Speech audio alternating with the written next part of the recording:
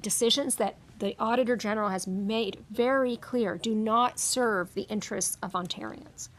That, to me, smells of corruption, and I think we need to call it that. And again, if the government wants to come out and defend what happened and say, no, we just didn't know, we're just that incompetent. I mean, this is the premier of this province. And as I read it, he also shared this. This was his request of his minister in the mandate letter, which, by the way, I will point out, they have yet to share. In fact, they're going to court to try to prevent people from reading their mandate letters. Well, here's why. Because this speaks to, who's actually needs to be held to account for this government's decisions and what their real plan is for Ontario. Should the housing minister's chief of staff be fired? Should the housing minister's chief of staff be fired? Yes. I'm going to go further. I mean, at the end of the day, it's the minister himself who needs to be fired.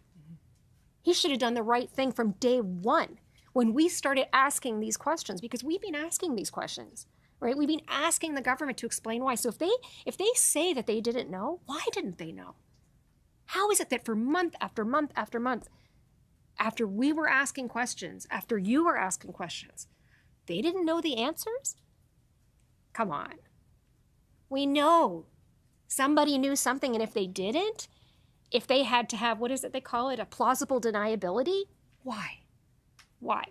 Because they knew something didn't smell right. The least the government can do is be transparent about what has been happening behind closed doors. We want to make sure that they weren't given any kind of special heads up. What we don't know is who knew about the plan in advance and how select insiders came to benefit from these land deals. This premier promised Ontario that he would never touch the Greenbelt. He swore up and down that he would protect it. Conservative promise made, conservative promise broken. Is that after the Conservatives were elected, 6 developers paid a combined $278 million for land that could not be developed within the Greenbelt. Then suddenly it was all removed. To the premier, did the Conservatives tip off one of their major donors that they were planning to carve up the Greenbelt?